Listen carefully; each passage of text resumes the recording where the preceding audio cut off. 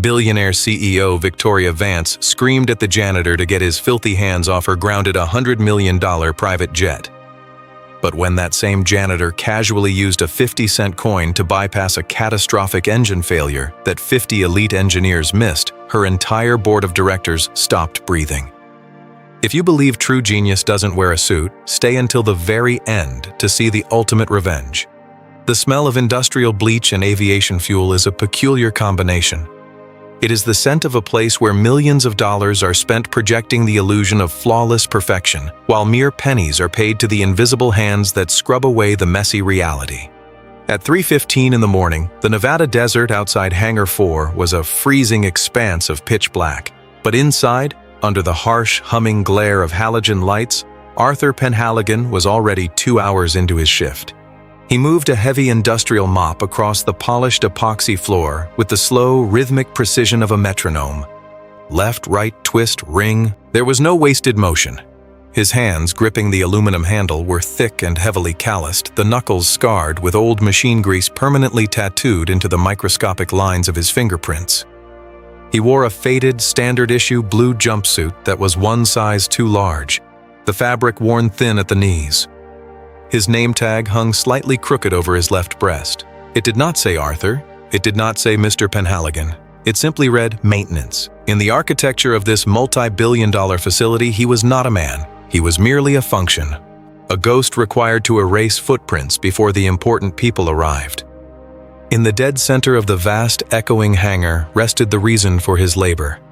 The V-Star Apex. It was a marvel of modern aerospace engineering, a stealth-capable private jet carved from matte black carbon fiber and titanium.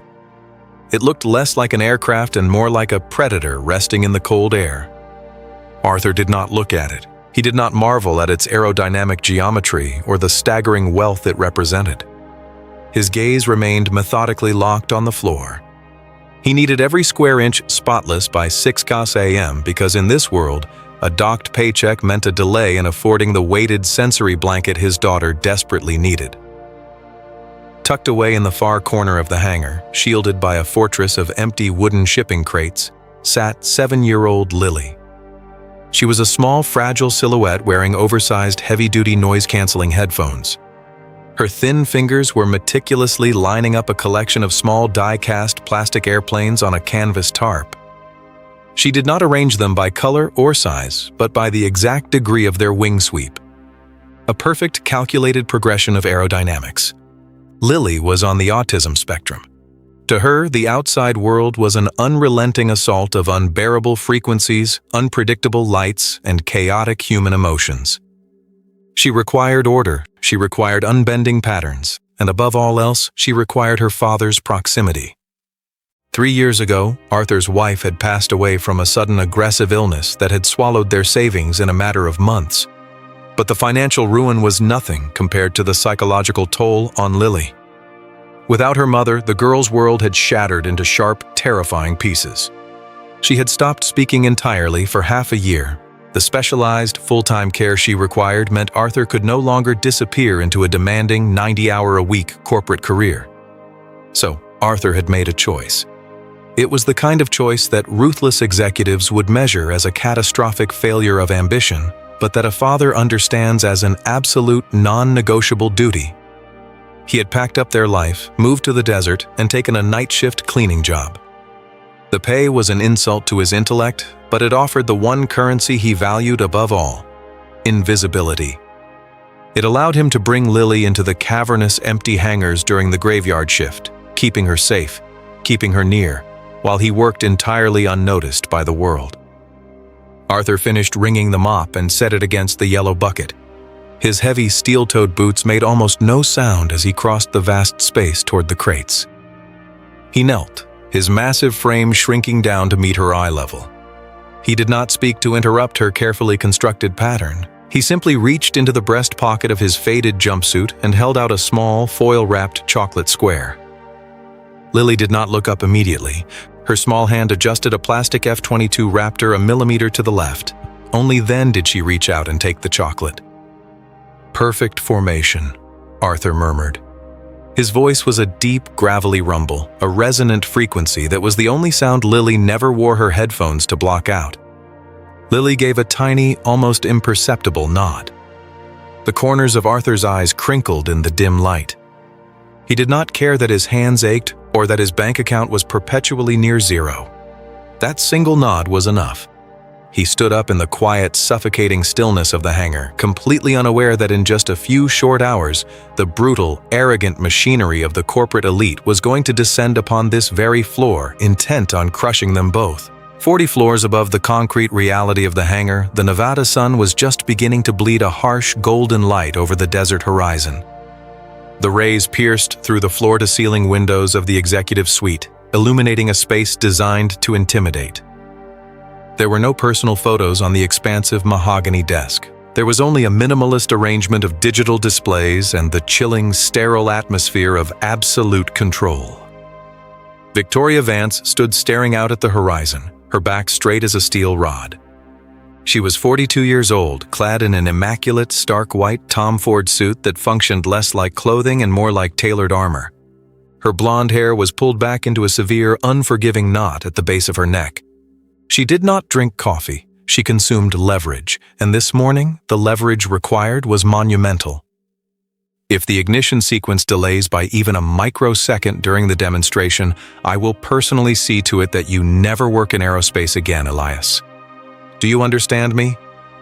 She did not turn around as she spoke. Her voice was like ice cracking over a winter lake, thin, sharp, and entirely devoid of warmth. Standing a few feet behind her, Elias Thorne swallowed hard. As the chief engineer of Vance Aerospace, he held a PhD from MIT and commanded a team of 50 elite software developers.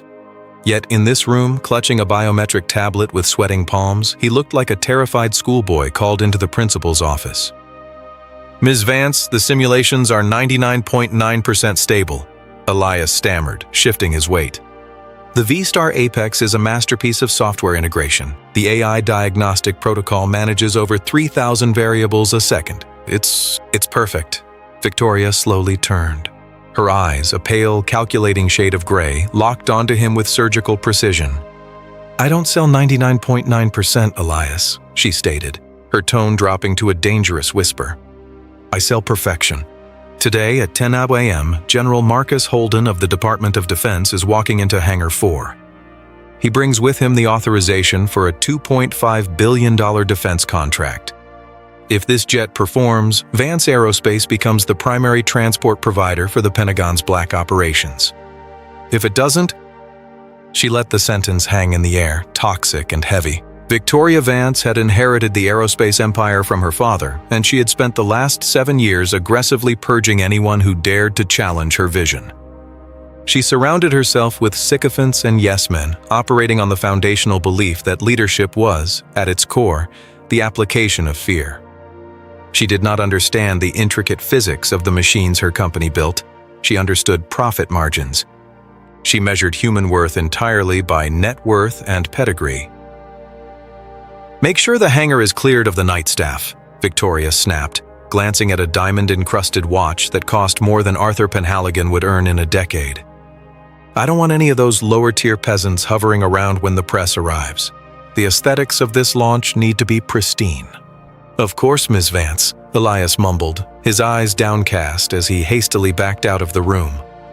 Down in Hangar 4, the quiet sanctuary Arthur and Lily had briefly inhabited was rapidly dissolving. The morning shift arrived like an invading army. Caterers in crisp uniforms began assembling towering pyramids of champagne glasses. Lighting technicians shouted over each other, adjusting massive spotlights. PR executives, vibrating with caffeine and anxiety, barked aggressively into their headsets. Arthur moved his cleaning cart to a shadowy alcove near the rear fire exit, actively seeking the perimeter, the designated space for things that were necessary but unwanted. He arranged several large, empty cardboard shipping crates into a makeshift barricade, creating a small, enclosed fortress for Lily. He took off his heavy canvas jacket, his only protection against the morning chill, and draped it over a crate to make a soft seat for her. "Stay right here, Firefly," Arthur whispered, his calloused thumb gently tapping the side of her noise-canceling headphones. "Daddy has to empty the trash bins along the perimeter. Then we go home and make those blueberry pancakes. Deal? Lily squeezed her stuffed bear tightly to her chest. Her eyes darted nervously past the cardboard barrier, catching the erratic flashes of strobe lights being tested near the jet. "Loud," she whispered, her voice barely a breath. "I know," Arthur said, a familiar ache settling deep in his chest.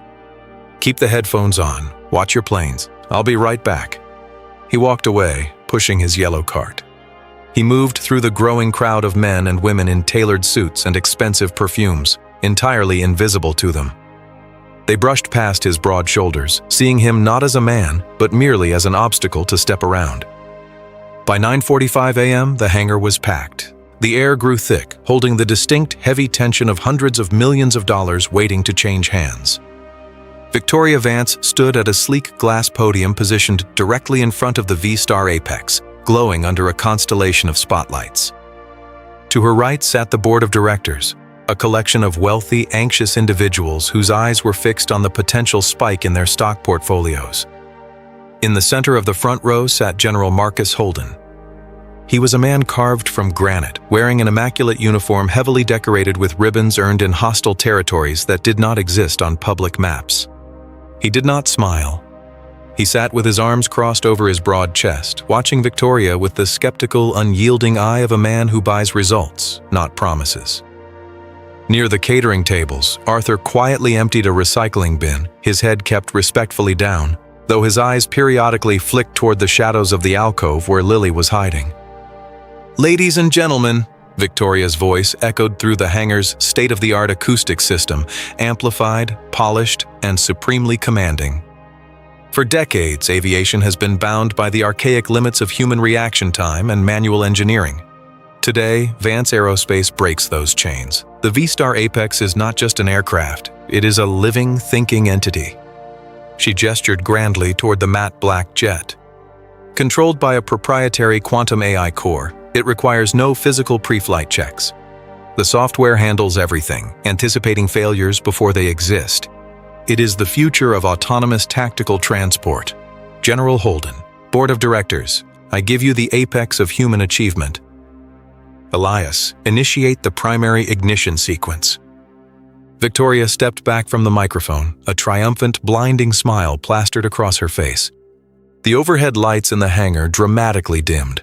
A low, pulsing, cinematic bass line began to play from the surround sound system, designed to make the viewers' hearts beat in time with the machine.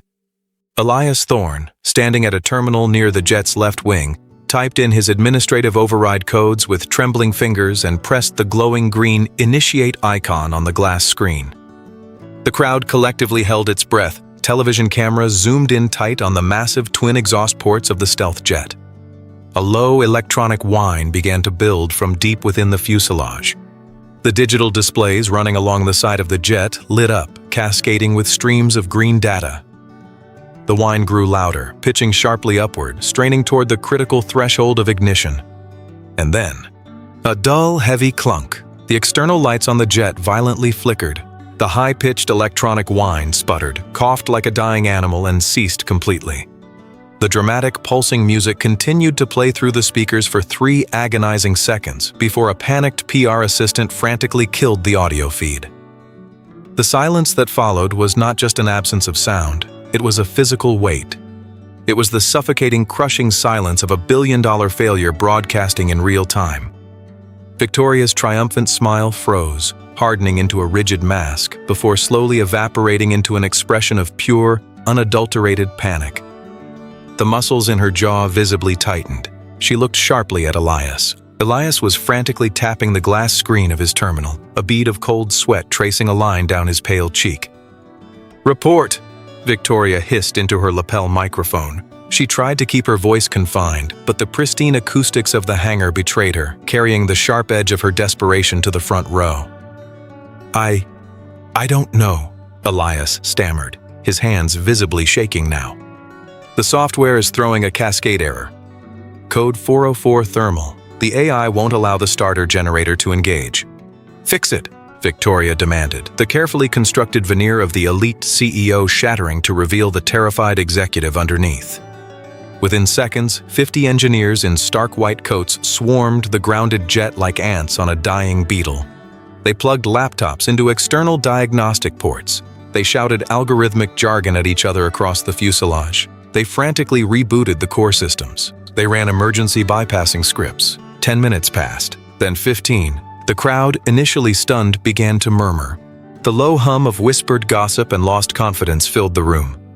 General Holden slowly uncrossed his arms. He looked at his watch, his expression hardening into absolute stone. He stood up. "Ms. Vance," Holden's voice boomed. He did not need a microphone. His voice cut cleanly through the chaotic, high-pitched chatter of the software engineers. "I am a profoundly busy man. I do not have the time nor the inclination to sit here and watch your IT department try to turn a $100 million paperweight off and on again." Victoria felt the blood drain entirely from her face, leaving her skin a sickly, ashen gray. Her empire, built on the illusion of infallibility, was evaporating before her eyes. In the alcove, the sudden violent shift in the atmosphere, the transition from the rhythmic, anticipated hum of machinery to the chaotic, panicked shouting of 50 stressed engineers, pierced right through the noise-canceling capabilities of Lily's headphones. The air in the hangar had fundamentally changed. It smelled of fear, and children on the spectrum are often hyper-attuned to the emotional frequencies adults try to hide. Lily began to rock back and forth on the canvas jacket. Her breathing grew shallow and ragged. She squeezed her stuffed bear tightly, burying her face into its worn fur, but the barrier wasn't enough. In the throes of her escalating distress, her small elbow jerked outward, knocking into the meticulously arranged stack of plastic airplanes resting on the crate beside her. One of them, a small, heavy die-cast metal model of an F-16, tumbled off the edge. It hit the polished epoxy floor with a sharp clack and began to roll. It kept rolling, slipping smoothly out of the protective shadows of the alcove, traversing the open, brightly lit floor, until it came to a gentle stop, tapping lightly against the massive rubber tire of the V-Star Apex's landing gear. Arthur saw it happen from across the room. He dropped the plastic trash liner he was holding. He did not hesitate. He did not consider the VIPs, the cameras, or the billions of dollars at stake. He only saw his daughter's panic, and a father's instinct operates faster than any corporate protocol. He stepped out of the shadows, his heavy steel-toed boots echoing slightly against the tense, fraught silence of the hangar. He walked with long, purposeful strides past the frantic, sweating engineers. He ducked smoothly under the red velvet VIP rope, knelt beside the jet's massive tire, and reached out to pick up the small metal toy. Victoria Vance, whose heart rate was currently hammering at a dangerous, erratic peak, caught the movement out of the corner of her eye. She turned and saw a massive, filthy man in a faded janitor's uniform crawling near her failing, multi-million-dollar prototype right in front of a 4-star general of the United States military. Her panic, wild and desperate, desperately needed a target. Her profound public humiliation required a scapegoat. "What in God's name are you doing?" Victoria shrieked. The sound was not a reprimand. It was a weaponized scream that echoed violently off the curved metal ceiling. Arthur paused, the toy plane enclosed safely in his large hand. He stood up slowly, unfolding his imposing frame, and turned to face her. "My daughter dropped this." "Just retrieving it, ma'am." "Your daughter?" Victoria's eyes darted past him, scanning the perimeter until they locked onto the alcove. She spotted the small, shaking figure of Lily, curled into a ball, pressing her hands fiercely over her headphones. The sight did not elicit an ounce of empathy. For a woman who measured human worth entirely by net worth, vulnerability was not a tragedy, it was an offense. It only fueled her blinding rage. She marched toward Arthur, the sharp click of her designer heels sounding like gunshots against the epoxy floor. "You bring a mentally defective child into my secure facility?" She spat, the words venomous, cruel, and intentionally loud enough for the entire front row of investors to hear. Arthur's jaw tightened so hard, a muscle twitched visibly in his cheek. The thick muscles in his neck strained against the collar of his faded jumpsuit. "She is not defective," Arthur said. His voice dropped an octave, no longer the murmur of a subservient cleaner. It was a low, resonant rumble that carried a distinct, terrifying warning. The kind of warning any sane person would have instantly heeded. But Victoria Vance was not sane. She was backed into a corner, and her empire was burning. "You are a janitor!" she screamed, pointing a trembling manicured finger directly at his chest. "You are bottom-feeding, uneducated trash. Look at your filthy hands. You have no right to even breathe the air around this machine. Get your garbage, child, get your mop, and get out of my building before I have you arrested for corporate espionage. You are fired." The hangar fell into a dead, suffocating silence. Even the frantic engineers froze, their hands hovering over their keyboards. The brutality of the outburst was jarring.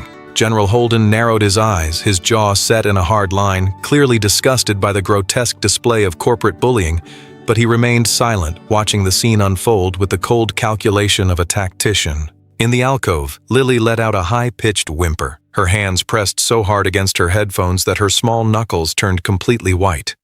The word defective had breached her defenses. If you hate seeing innocent people bullied by arrogant elites who think money buys them the right to be cruel, hit the like button right now. And make sure you're subscribed, because the catastrophic mistake this CEO just made is about to cost her absolutely everything. Let's get back to the story. Arthur Penhaligon did not shout back. He did not raise his hand or throw a punch, though his fists were clenched so tightly by his sides that his fingernails dug half an inch into his calloused palms, drawing small beads of blood. He looked at Victoria Vance. He looked at her not with the hot, impulsive anger of a subordinate, but with the profound, chilling pity of an expert watching a child play recklessly with a loaded gun.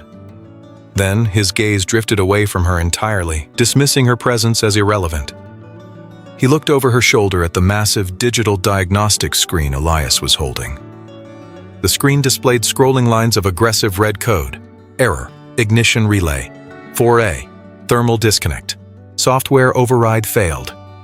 Arthur then looked at the physical engine housing of the stealth jet. He slowly turned his head to look at the large, digital ambient temperature gauge mounted on the far wall. The hangar, heavily air-conditioned to combat the desert heat, was kept at a brisk, artificial 65 degrees for the comfort of the men in expensive suits. Suddenly, the entire posture of the man in the blue jumpsuit fundamentally changed. The slight protective slump of a tired, invisible janitor vanished. His spine straightened, his broad shoulders squared. The ghost in the machinery woke up. He didn't walk away toward his daughter. He walked forward, stepping deliberately past Victoria Vance, directly toward the exposed engine cowling of the V-Star Apex. "Security! Grab him!" Victoria yelled, her voice cracking with hysteria. Two large, heavily armed security guards stepped forward from the perimeter, hands reaching for their radios. But Arthur simply turned his head and looked at them. It wasn't a glare. It was an empty, absolute stare, the dead-eyed look of a man who had spent considerable time in classified environments where violence was a daily, necessary currency. The guards froze mid-step, their primal instincts screaming at them not to close the distance. Arthur stepped right up to the belly of the jet. "What the hell are you doing?" Elias shouted, clutching his tablet defensively against his chest. "The software is locked. You can't touch that hardware." "The software is fine, Elias," Arthur said. His voice was calm, carrying a steady, unhurried resonance that echoed slightly in the massive space. It was the first time he had spoken above a respectful murmur, and the sheer, unadulterated authority in his tone made the chief engineer involuntarily flinch. "Your software is brilliant, but your physics are appalling." Arthur reached into the deep, grease-stained pocket of his coveralls.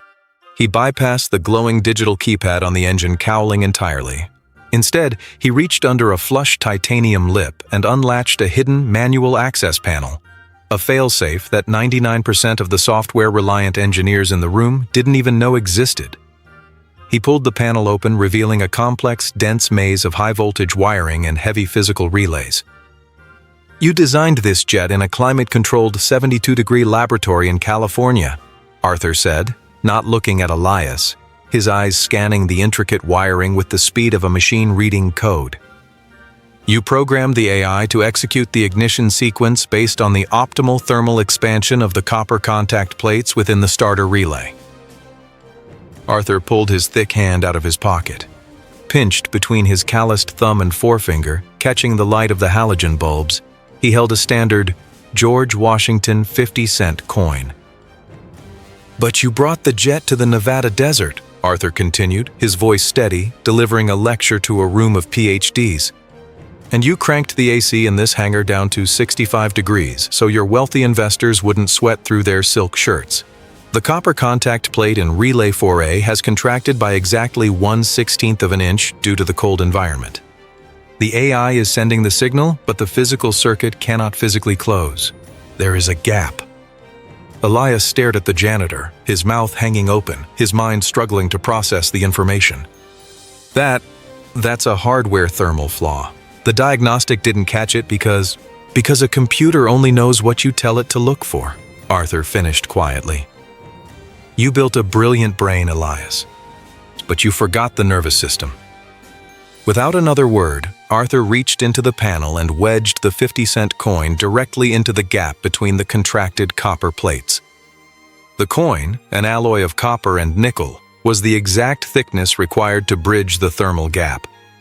It was a perfect, rudimentary analog conductor.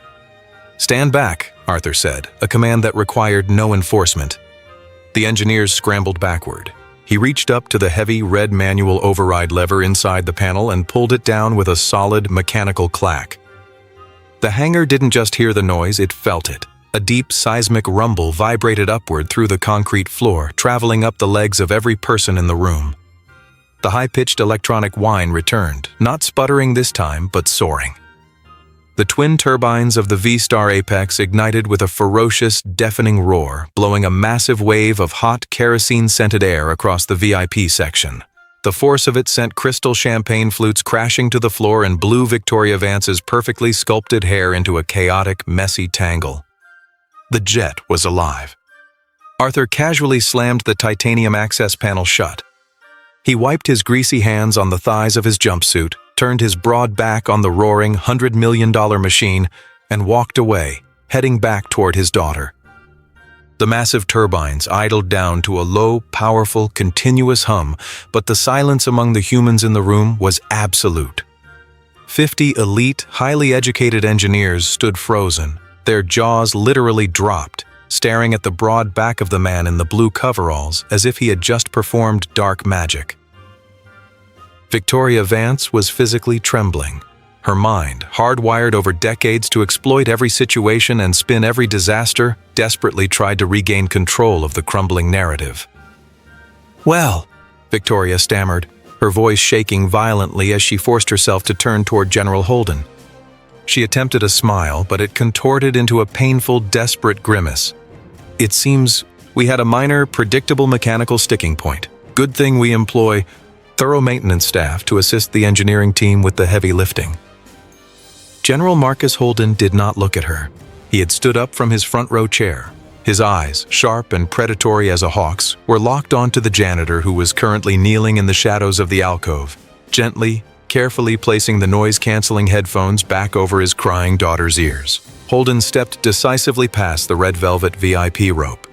He ignored Victoria's outstretched hand completely.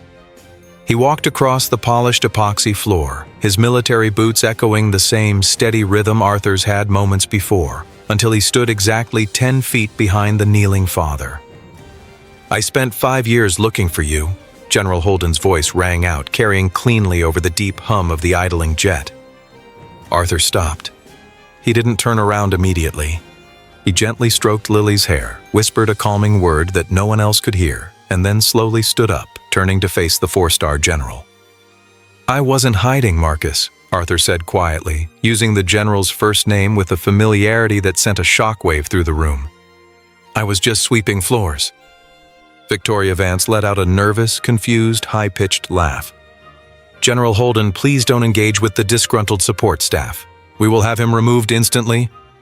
"Shut your mouth, Victoria," Holden snapped, not even glancing her way. The sheer venom and absolute authority in the general's command made the CEO physically recoil, as if she had been slapped. Holden took another step toward Arthur. The rigid military posture left his body, replaced by an expression of profound, undeniable respect. "Ladies and gentlemen," General Holden said, his voice projecting powerfully to the entire room, commanding the attention of every investor, engineer, and executive present. "Victoria Vance told you today that her company represents the apex of human achievement. She lied. The apex of human achievement isn't that machine. It's the man who just fixed it with spare change. Holden pointed a rigid finger directly at Arthur. This man is not a janitor. His name is Arthur Penhaligon. 7 years ago, he held the highest civilian security clearance in the United States Department of Defense. He was the chief architect of propulsion systems at DARPA. He holds 34 highly classified patents. He designed the engines for the F-22, the B-2 Spirit, and... Holden gestured broadly toward the roaring V-Star Apex. He wrote the foundational physics algorithms that allow that multi-million-dollar toy sitting there to even achieve lift. The collective gasp from the board of directors literally sucked the air out of the room. Elias, the chief engineer, went a sickly, translucent pale. The biometric tablet slipped from his trembling hands, clattering loudly to the concrete floor. He realized, with a sickening jolt to his stomach, that he had been trying to fix a painting while the original master artist was standing in the very same room, holding a mop. He is known in the Pentagon as the Ghost of Skunk Works, Holden continued, his voice echoing with reverence. 5 years ago, he vanished from the grid. We offered him millions to stay. We offered him his own dedicated research division. He declined. Holden looked past Arthur, his gaze resting on the small girl shivering in the alcove, clutching her stuffed bear. The hard lines around the general's eyes softened remarkably. Now I see why. Victoria Vance looked like she was suffocating. She was gasping for air that wouldn't fill her lungs. Her face, usually so pale and controlled, flushed a deep, blotchy crimson. She looked at Arthur, the man she had just publicly called bottom-feeding trash, the man whose child she had just labeled defective. She was staring at a living god of her own industry, dressed in rags of her company's making. "Mr. Penhaligon," Victoria whispered. Her arrogance had entirely collapsed, leaving behind nothing but sheer, pathetic terror. Her empire was built on his math, and she had just tried to throw him out like garbage. I didn't know. If I had known who you were, we could have... You could be my VP of engineering. We can negotiate. Name your price." Arthur looked at her. The profound pity was still there in his eyes, but now it was mixed with a cold, absolute finality. He did not raise his voice. He did not need to. "You didn't need to know my resume, Ms. Vance," Arthur said, his voice echoing softly in the stunned silence. "You only needed to know that I was a human being. You don't measure people by what they can do for your stock price. You failed the only test that actually matters." General Holden turned sharply back to Victoria. "The Department of Defense requires its contractors to possess not only technical competency, but ethical stability," Holden stated, his voice returning to unyielding granite. "You possess neither. Your engineering is fundamentally flawed, and your leadership is a dangerous liability. The $2.5 billion contract is officially revoked. Expect a formal, comprehensive audit of your existing defense ties by Monday morning." Victoria's knees buckled. She reached out blindly, grabbing the edge of the glass podium to steady herself. The board members in the front row were no longer looking at the jet.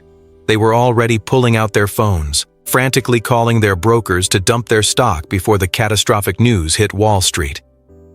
The empire she had built on fear, intimidation, and cruelty was burning to the ground in front of her eyes, ignited by a 50-cent coin. Holden turned back to Arthur. "Arthur," the general said, his tone softening to a plea. "The country still needs you. I don't care how we do it. Remote work. A private, secure line routed directly to your home. You set the hours. Name your price. Just look at our designs before fools like her try to sell them to me." Arthur looked at the general. Then he looked down at Lily. She had taken off her headphones. The engine had quieted down to a steady purr, and the chaotic panic in the room had settled into a heavy, stunned silence. She held up the small plastic F-16 she had dropped earlier. "Plane flew, Daddy," she said softly, offering a tiny, tentative smile. Arthur smiled back. The heavy exhaustion-etched lines on his face seemed to melt away, replaced by a radiant, fatherly warmth. "Yes, it did, Firefly," Arthur said gently. He looked back at Holden. "I'll take a consulting role, Marcus. Remote only. 10 hours a week max, and my fee isn't cash." Arthur pointed a thick finger toward a glossy brochure sticking out of his half-open locker down the hall. a brochure for a specialized medical and educational therapy center.